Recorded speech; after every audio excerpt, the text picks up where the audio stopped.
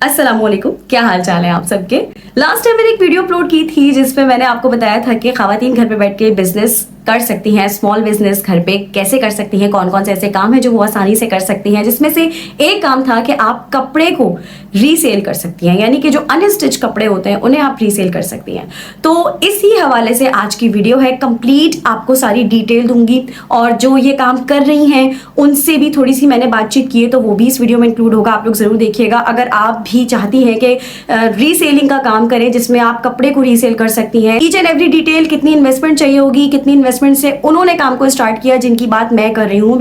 मजा जब भी आता है जब आपको लाइव ये चीजें दिखा सकूं कि खवातीन वाकई ऐसा काम कर रही हैं और उससे बहुत ज्यादा उनको प्रॉफिट हो रहा है। हाँ, ये है कि आपको जब कपड़े लेने होते हैं, ठीक है, जब आपको माल उठाना होता है तब आपको जाना होता है, लेकिन उसके बाद की जो ख्वारी होती है एटलीस्ट वो आप फेस नहीं करते हो। हार्डशिप्स हर काम में होती हैं, ठीक है, और आपको कहीं ना कहीं कुछ ना कुछ जरूर फेस करना होता है, बट आपको किसी काम में मुश्किलात ज्यादा होती है, किसी काम में आसानी होती है।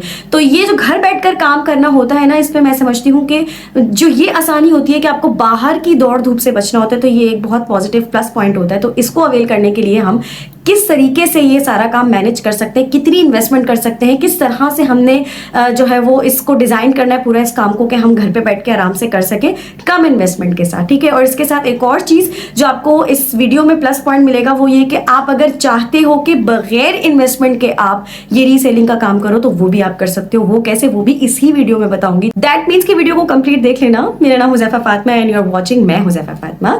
इस चैनल पे मैं यूट्यूब से रिलेटेड वीडियोस अपलोड करती हूँ और साथ साथ ऑनलाइन रनिंग से रिलेटेड वीडियोस भी अपलोड करती हूँ। So let's get started.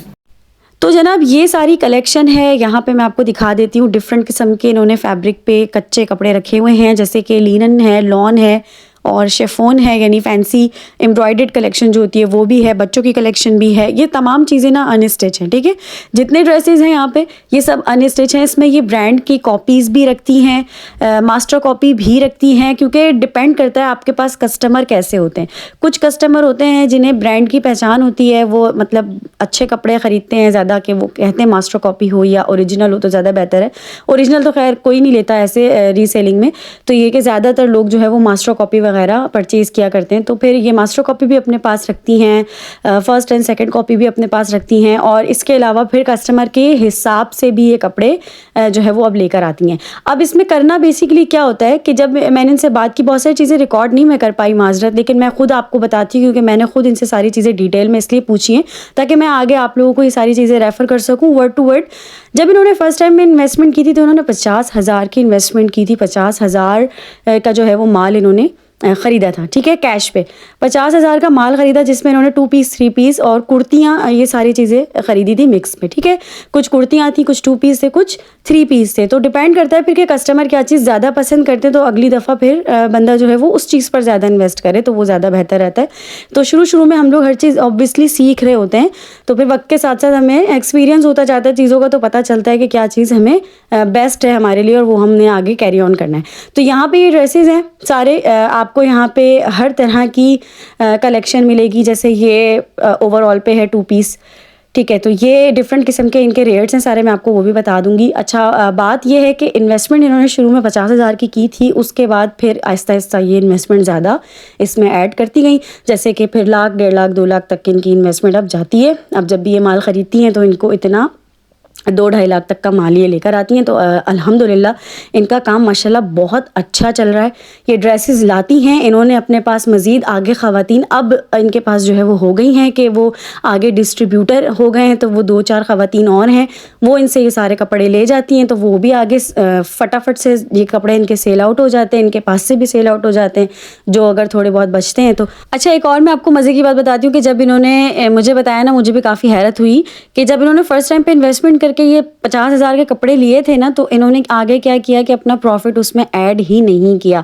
अब इनका कहना ये है कि तकरीबन 1 साल तक इन्होंने जब कपड़े रीसेल जो किए हैं ना, तो वो बगैर प्रॉफिट के किए हैं, या हार्डली अगर इन्होंने कभी रखा भी होगा प्रॉफिट तो वो 50-100 रुपए से ऊपर नहीं रखा। इनका मानना ये था कि शुरू में कस्टमर बनाने के लिए ऐसा करना पड़ता है कि अगर कस्टमर बार्गेनिंग करते हैं तो फिर उनको मैं रेट टू रेट कपड़े दे देती थी स्टार्टिंग में। तो अब माशाल्लाह से इतने पक्के कस्टमर हो गए कि कपड़े बस आते हैं और फिर कपड़े निकल जाते हैं, यानी कि सेल आउट हो जाते हैं। तो ये कस्टमर बनाने से ही हुआ है। तो बताने का मकसद सिर्फ ये है कि काम बंदा जब स्टार्ट करता है तो शुरू में उसको नहीं इतना प्रॉफिट वगैरह होता, लेकिन आगे जाके जब आप एक चीज़ पर डट जाते हो ना और उस पर आप मुस्तकिल मिजाजी के साथ काम करते हो तो आपको फिर फ़ायदा होता है। अब इनको इस काम में माशाल्लाह से इतना फ़ायदा है कि ये स्टिचिंग भी करती थी, तो अब इन्होंने स्टिचिंग को साइड पे रखा हुआ है और ये रीसेलिंग का काम जो है वो आगे ज़्यादा कर रही होती हैं। ठीक है, इसी पे इनका सारा फोकस है। अब मैं आपको रेट्स भी बता देती हूँ इसके क्या है। ये भी 2500 के हैं और ये बच्चों की कलेक्शन है कुछ इसमें। हाँ, ये 1500 के हैं। 3 पीस है, ये नेट दुपट्टा है। सही